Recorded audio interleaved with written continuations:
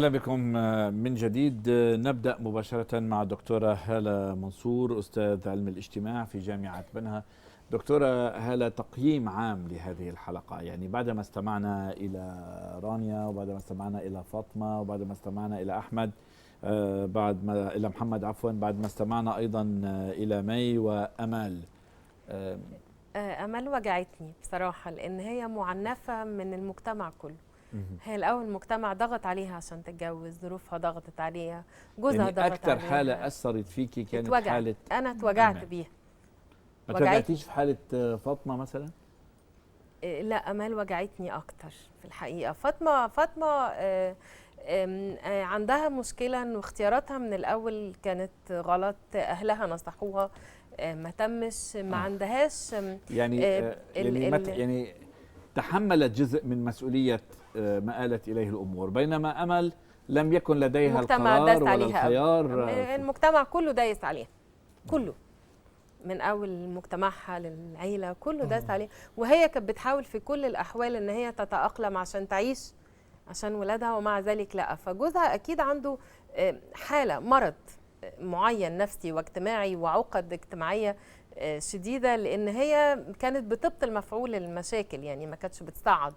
الحاجة التانية إنه هي في أزمة معينة، هي لازم يعني لازم راجعي الحياة وشوفي إيه السبب. إيه السبب؟ هو ليه بيعمل كده مع الولاد ومعاكي ومع الظروف؟ أكيد في سبب لازم تحطي إيدك عليه وتعالجيه. أكيد في سبب. هو جوزك كمان نوبي؟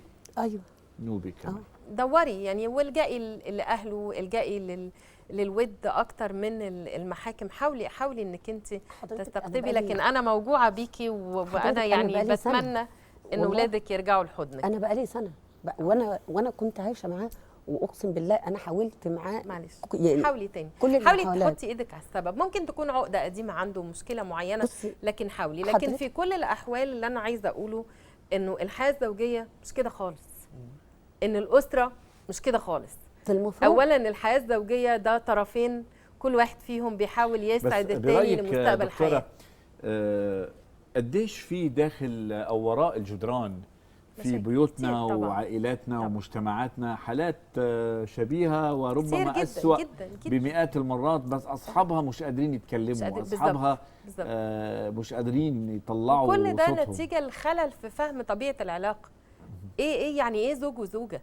يعني ايه انا لازم اعيش سعيد؟ ده انا عمري ده هعيشه مره واحده، مش هعيشه بس، ده انا هعيشه وارجع اتحاسب عليه. ربنا هيحاسبني عليه. دكتور محمد، هل برأيك انه الفهم الخاطئ للشرع وللدين هو الذي يعطي الرجل حق يعني انه يعتبر نفسه مسيطر الى هذه الدرجه على المرأة، لدرجه انه يمد ايده عليها، يضربها، يعنفها، يشتمها، يأذيها؟ يعني هل هناك مفهوم خاطئ في الشرع بيخلي الراجل يفهم وكأنه المرأة هي سلعة بيد الراجل، له كل الحق في التعامل معها بالطريقة التي يراها؟ يعني بالجملة الحاجات اللي احنا شفناها دلوقتي والوقائع اللي احنا سمعناها الآن دي بينها وبين الشرع تناقض تام وفصام نكد.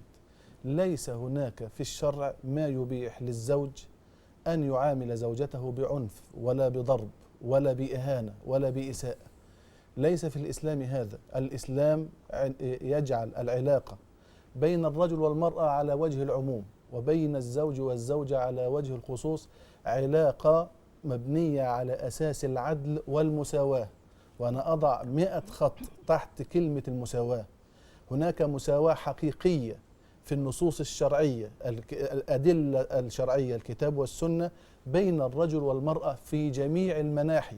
أنا كمان عايزة أقول حاجة بس علشان أخذ رأي الأستاذة، بس أستاذة فاطمة. يعني أنا عايزة أقول إن العنف ده ضد النساء ممارس في كل بلاد العالم، عشان زي ما حضرتك قلت ده مجتمع ذكوري بيفرق ما بين أدوار المرأة وأدوار الرجل ومسؤوليات دهون وسلطة التحكم والسيطرة. لكن اللي عايزه اقوله انه فعلا من كل الشواهد اللي بنشهدها انه ايضا مع ان في تعاطف، وانا متعاطفه مع كل الحالات اللي موجوده النهارده، لكن ايضا المراه عليها حاجه لازم تعملها، ان هي ترفض هذا العنف وانه اتضح انه في اول مره بيمد ايده الرجل على الزوجه، لو هي اخذت موقف، مش لازم موقف حتى الطلاق، ان هي تبعد، ان هي تقول له مش هتقبل ده تاني، انه بيحصل تغيير كامل شامل. المشكله بتحصل انه لما بتقبل مره ومرتين رانيا وثلاثه. ضربته.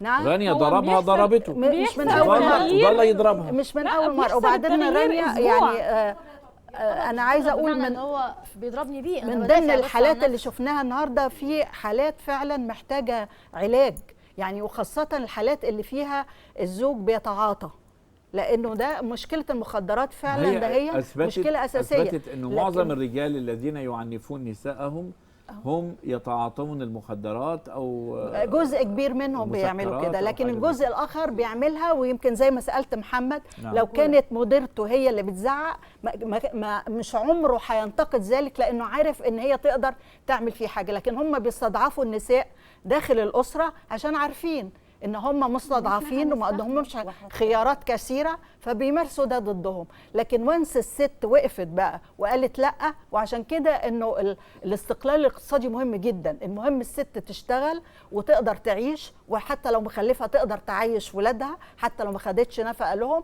وساعتها هتقول لا.